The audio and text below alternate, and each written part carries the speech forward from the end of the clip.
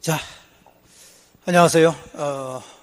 날이 굉장히 좀 덥고 습하고 그런데 제일 우리 공부하신 분들이 공부하시기 어려울 때가 바로 한여름이죠.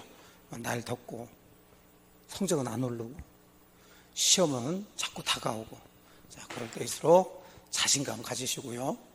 그 다음에 조금씩 한번 머리를 식히는 그런 시간을 가져도 괜찮습니다. 계속 안 되는 그 책을 잡고 있으면 그러면 계속 스트레스만 쌓일 수가 있어요. 그러니까 살짝 머리 식히시고 다시 한번 마음 추스려서, 그 다음에 본인들은 된다, 나는 된다, 이런 자신감 가지고 계속 무렵치시면 충분히 합격할 수 있습니다. 자, 이제 임대차에서 이제 임차권 양도하고 임차물의 전대가 나오죠. 이것도 그렇게 많이 나온 파트는 아니지만 좀 나올 가능성이 있는 부분이라서 정리를 좀 한번 해봤습니다.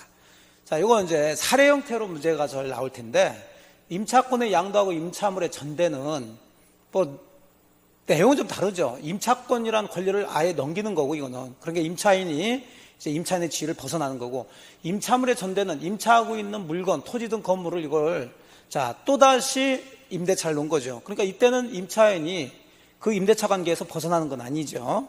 하지만 어쨌든 요 임차권 양도나 임차물의 전대는 함부로 할 수는 없죠. 여러분 잘 아시는 것처럼 임대인의 동의를 얻어서 해줘야 되는데, 자, 임대인의 동의 없이 임차권 양도나 임차물 전대를 하게 되면 임대인 입장에서는 배신행위라고 봐서 임대차를 일방적으로 해지할 수 있다. 자, 이게 우리 이제 민법 조문이죠. 그럼 문제는 두 가지로 크게 나눠서 이제 문제를 낸단 말이에요. 임대인의 동의 없이 임차권을 양도했거나 임차물을 전대했을 때 법률관계. 그러니까 동의 없을 때는 양도로 나오든 전대로 나오든 같이 푸시면 됩니다. 두 번째는 임대인이 동의를 해서, 물론 임대인 동의로 임차권 양도가 있을 수 있는데 이때는 시험 문제 낼 게 없어요. 그러니까 임대인이 동의했을 때는 임대인 동의 받아서 임차물을 전대했을 때 법률관계를 따지면 됩니다. 그래서 이 파트에서는 임대인의 동의 없이 임차권 양도 전대를 한 거와 임대인의 동의 받아서 임차물에 전대를 한 경우, 이렇게 두 가지로 법률관계를 나눠서 정리해 두시면 돼요. 자, 그럼 첫째, 임대인 동의 없이 임차권을 양도하거나 전대했을 때, 자, 그러면 이건 법률관계 그대로 들어가시면 돼요. 항상 법률관계는 한번 갑을병 그려서 들어가시면 되죠. 갑과 을이 임대차 계약을 했는데 얘가 그럼 임차인이 되겠죠. 얘가 임대인이 될 거고, 임대인이 동의를 하지 않았는데 얘가 그 자기가 가진 임차권을 병한테 양도를 했거나, 그럼 얘를 양수인이라고 그러겠죠. 또는 전대차를 한 거죠. 그럼 얘를 전차인이라고 그러겠네요. 그럼 이때는 이제 전대인이라고 그러겠죠. 자, 요 관계에서 이제 갑과 을 관계, 을과 병 관계, 갑과 병 관계, 그렇게 쭉 가시면 되죠. 대리처럼. 그럼 갑과 을 관계에서는 동의도 하지 않았는데 얘가 함부로 양도나 전대를 했으니까 자 보신 것처럼 계약을 뭐 할 수 있다? 해지할 수 있는 거죠. 자동으로 해지된 건 아니고. 그러니까 해지 얘기가 없으면은 여전히 갑과 을 관계는 임대차 관계가 유지되니까 을은 갑에게 차임을 지급해야 된다. 이 맞는 얘기가 되는 거죠. 일방적으로 이제 해지할 수 있는 거고요. 그러면 을과 병 사이는 이제 요 양도 계약이나 전대차 계약을 했는데 임대인의 동의 없다고 이게 무효가 되지는 않습니다. 유효가 되죠, 유효. 자, 유효지만 요 계약을 가지고 임대인에게는 대항을 못 하죠.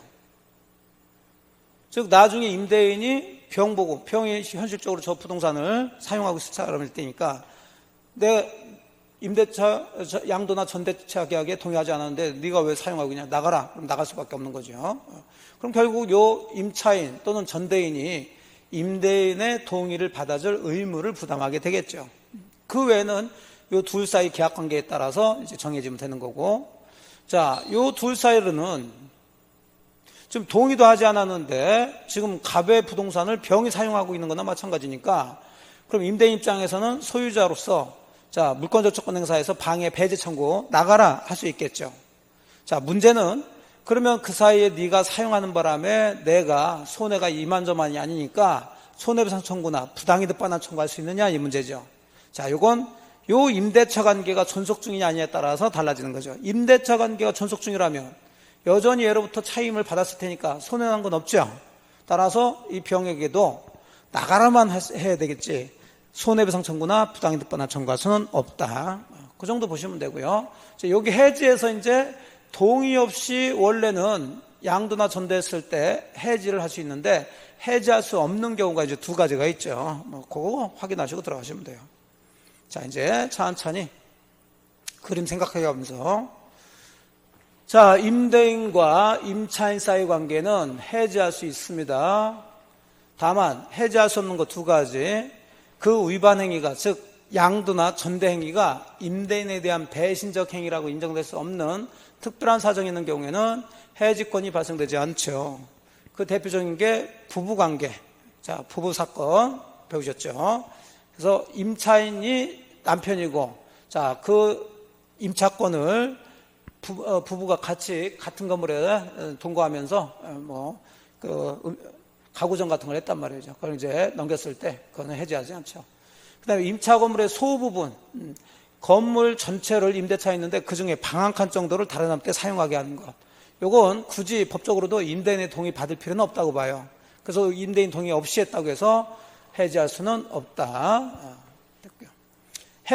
이거 외에는 해지할 수 있는데 해지할 수 있다는 얘기지 해지하지 않는다면 임대차 관계는 그대로 유지가 되겠죠. 그 다음에 이제 임차인과 전차인 또는 양수인의 관계, 즉 을과 병의 관계죠. 아까 다 얘기한 것처럼 전대차 계약이나 양도 계약은 유효합니다. 유효. 동의 없다고 무효다 그러면 안 돼요. 다만 임대인에게 대항 못하겠죠. 따라서 임차인은 임대인 동의를 받아줄 의무를 부담합니다. 그렇지 못하면 이제 담보 책임을 지겠죠. 자, 마지막으로 임대인 갑과 전차인 양수인 병 간의 관계인데, 아까 보신 것처럼 이 사람 전차인 또는 양수인 병의 그 부동산 점유는 불법 점유가 되겠죠. 그래서 방해 배제 청구할 수가 있는데, 문제는 임대차 계약이 존속하는 한도 내에서는, 자, 임대인 갑은 손해난 것 없죠. 그래서 차임 상당의 손해배상 청구나 부당이득 반환 청구할 수는 없다는 거, 방해 배제 청구는 할 수 있는데 이건 할 수 없다는 거 좀 주의해서 보시고요. 자, 그 다음에 이제 동의 있는 전대를 보시게 되면, 자, 이건 굉장히 또 간단하죠.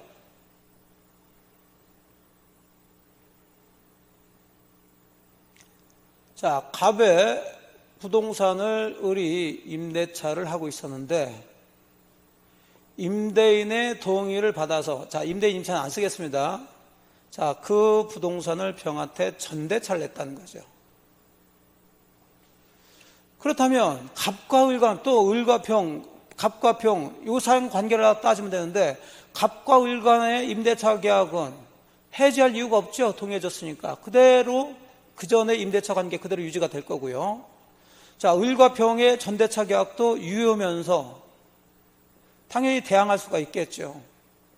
그러니까 별일 없이 그냥 둘 사이 계약 관계에 따라서, 자, 여기도 차임을 줘야 되겠죠. 차임을 주고 이 사람이 사용하고 그러면 돼요. 문제는 이 둘 사이가 문제가 되죠. 자, 주로 그래서 동이 있을 때는 이 갑과 병과의 관계 또는 갑이나 병에 대한 효력을 가지고 문제를 내거나 정답을 만든다는 거, 그걸 잘 기억을 하세요. 자, 우선은 갑인데, 자, 이 갑은 원래 아무리 동의를 해줬다 하더라도 병, 전차인이죠.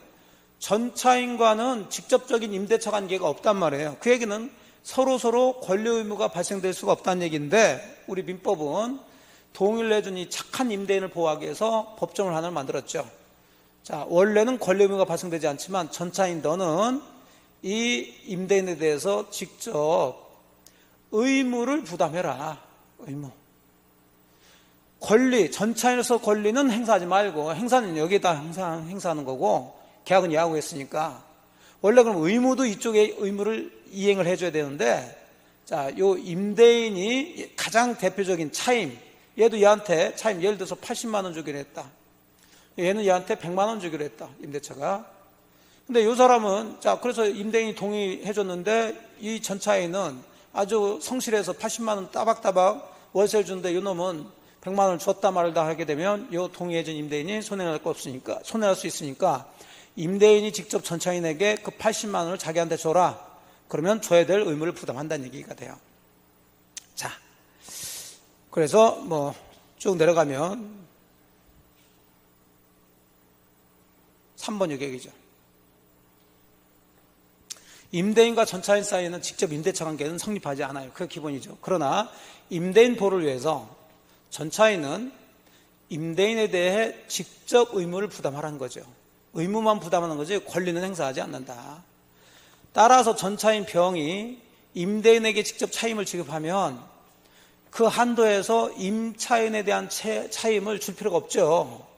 없는데 전대차 계약상의 차임 지급 시기 전에 임차인에 대해서 차임을 지급함으로써 그걸 가지고 임대인에게는 대항하지 못한다. 자, 이 뒷부분을 좀 조심해서 보세요.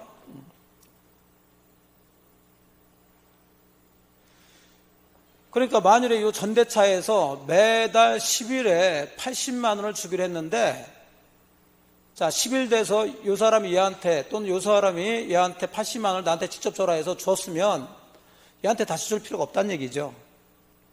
그런데 이 전대차 계약에서 정해진 이 10일, 요 전에 한 8일이나 9일 또는 5일에 얘한테 80만 원을 줬단 말이죠. 미리. 그래서 이제 10일 날 돼서 요 임대인이 전차인 보고, 야, 그 80만 원 나한테 직접 줘라 그러니 이 전차인이, 나 그 전에 10일 되기 전에 80만 원 을한테 줬으니까 당신에게 못 줍니다 라고 할 수 없단 말이에요. 대항할 수 없다는 거예요.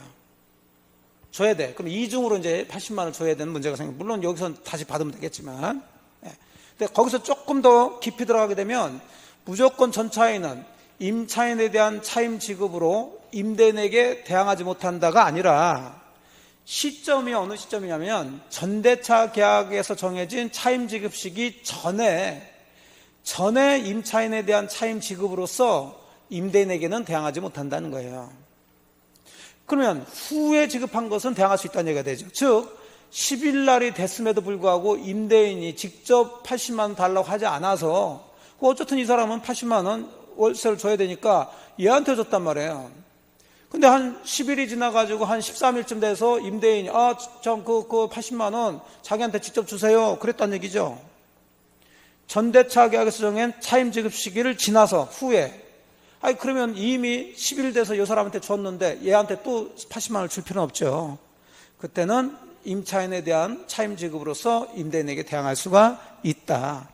그러니까 이 지문은 이제 법조문이 어떻게 되어 있냐면, 결국 전대차 계약상, 자, 임차인에 대한 차임 지급으로서 임대인에게 대항하지 못한다 이렇게 되어 있는데, 이게 시점을 가지고 얘기할 때 전대차 계약상의 차임 지급 시기 이게 나오면 대항하지 못하는 것은 그 전에 임차인에 대해 차임을 지급한 것으로서 대항을 못한다는 거예요. 아까 얘기했던, 예를 들어서 차임 지급 시기가 11일로 정해졌는데 10일이 되기 전에 임차인한테 미리 줘놓고 10일 돼가지고 임대인이 자기한테 80만 원 줘라 그랬으니까 나 못 줍니다 이렇게 못한단 말이에요. 그럼 이게 후라면 대항하지 못한다 그러면 틀린 얘기가 되겠죠. 대항할 수 있다는 거지. 후에 지급한 거 가지고서는. 그래서 이 부분은 조금 깊이 들어가게 되면 이걸 가지고 장난을 치게 되니까 전이냐 후냐를 잘 정리하시기 바라고요. 그거 제가 설명해 드렸으니까. 그 다음에 이제 문제는 이 전차인을 보호하기 위한 특징이죠. 자,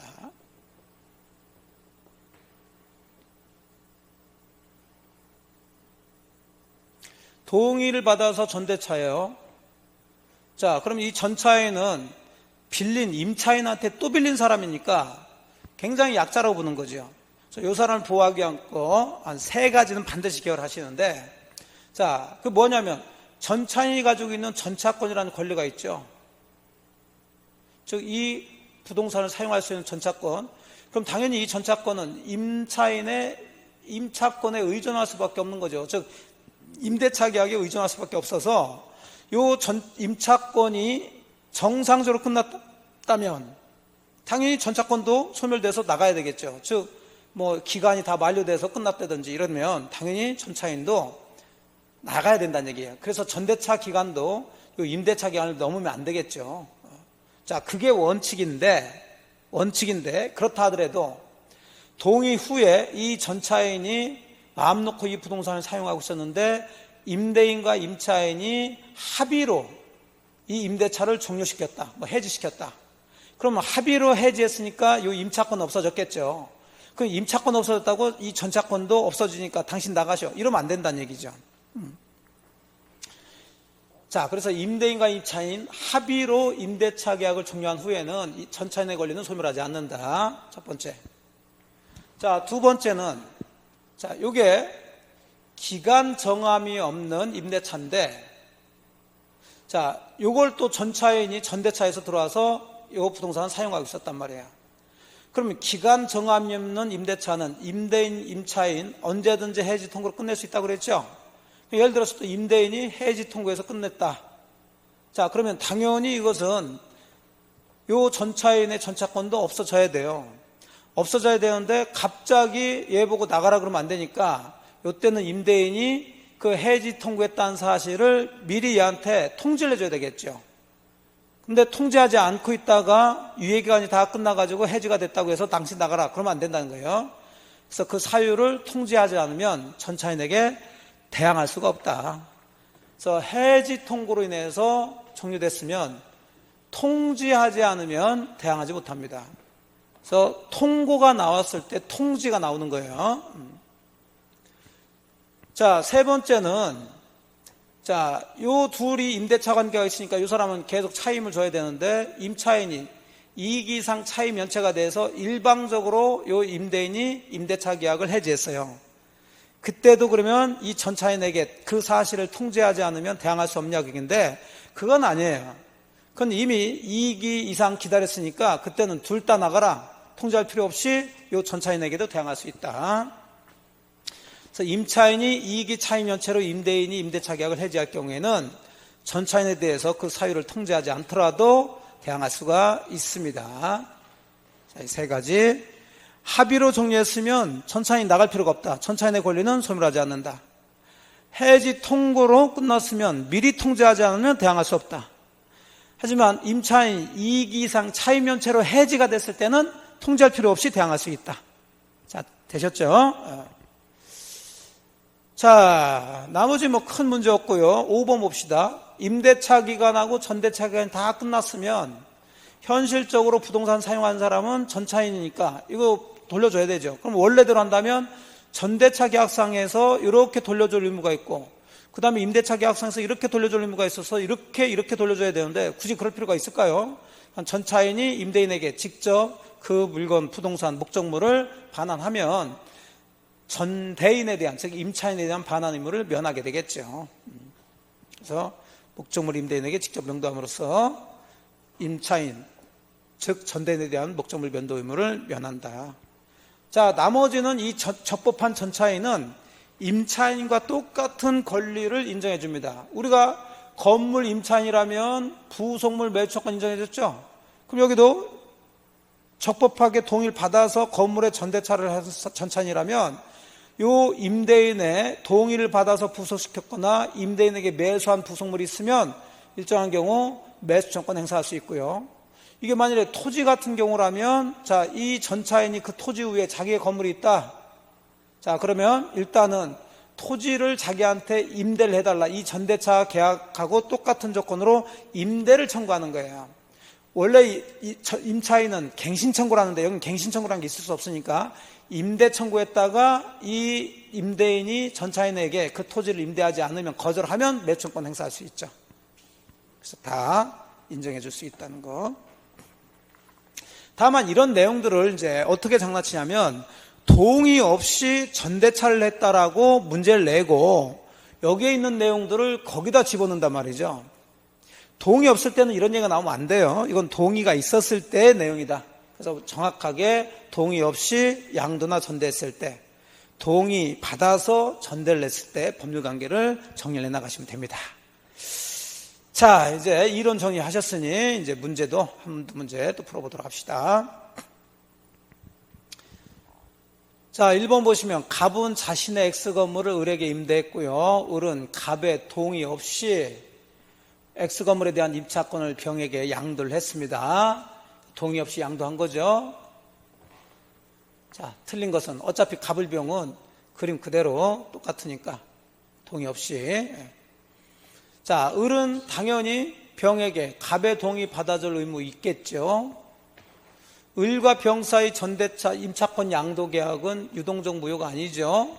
유효죠, 유효. 다만 대항을 못할 뿐이지. 갑은 을에게 여전히 차임 지급의 의무가 있겠죠. 이 임대차 계약을 해지하지 않는 한. 됐고요. 4번 만약 병이 을의 배우자이고 X건물에서 통과하면서 함께 가구점을 경영하고 있다면 갑은 임대차 계약 해지할 수가 없다. 그렇죠. 이거 배신행위로 볼 수 없으니까. 근데 5번 만일 을이 갑의 동의를 받아서 임차권을 병에게 양도했다면 이미 발생한 을의 연체 차임책 채무는 특약이 없는 한 병에게 이전돼. 그렇죠. 동의 받아서 임차권을 양도했으면 얘가 이제 임차인의 지위를 승계하는 거지만 그 전에 이미 발생한 차임채무까지 이쪽으로 자동으로 양도되지는 않겠죠. 자, 그래서 2번이 틀린 얘기가 돼요.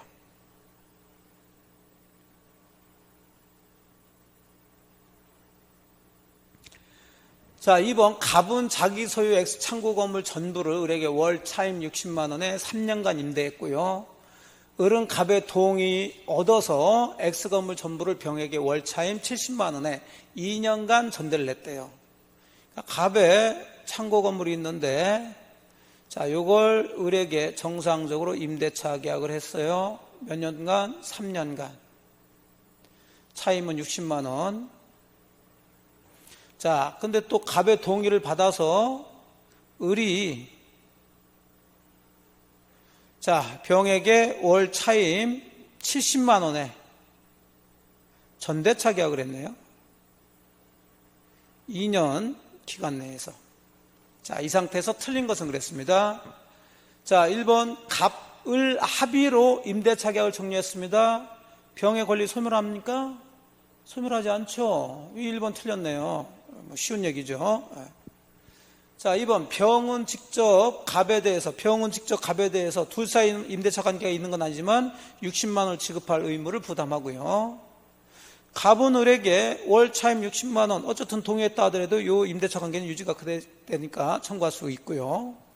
3번 갑에 대한 차임 연체액이 120만 원에 해당돼서 갑이 임대차 계약을 해지를 했어요. 그럼 병에게 그 사유를 통지해야 할 필요 없어? 통지하지 않아도 해지로서 대항할 수 있다. 됐고요. 5번 전대차 계약 만료된 경우 병은 갑에게 전 전대차와 동일한 조건으로 임대할 것을 청구할 수가 있죠.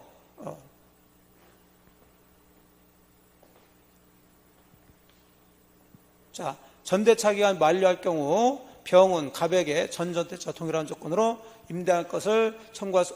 이건 토지일 때지. 토지일 때 건물이니까 이건 없죠. 그러니까 이게 토지를 전대차 했다면 임대할 것을 청구할 수 있지만 그래서 거절했으면 지상물 매춘권 들어갈 수 있지만 건물이죠. 창고 건물. 그러니까 이때는 이런 걸 할 수 없죠. 없어. 그러니까 옳은 얘기야. 이거는 옳은 얘기. 틀린 건 당연히 1번이 됩니다. 그러니까 이렇게 문제에서 지문하고 봤던 걸 언뜻 봐가지고 이거 되는데 안 되는데 들어가시면 안 돼요. 그러니까 토지냐 건물이냐를 구별하면서 들어가셔야 되겠죠. 그러니까 이게 토지 전대차라면 이건 틀린 질문이 되죠. 근데 건물 전대차니까 여기서는 부속물 매수권 행사할 수 있냐 없냐 이제 이런 것들이 나왔어야 되겠죠. 자, 그래서 5번도 옳은 얘기가 돼요. 제가 잠깐 착각을 했습니다. 자, 틀린 것은 1번이죠.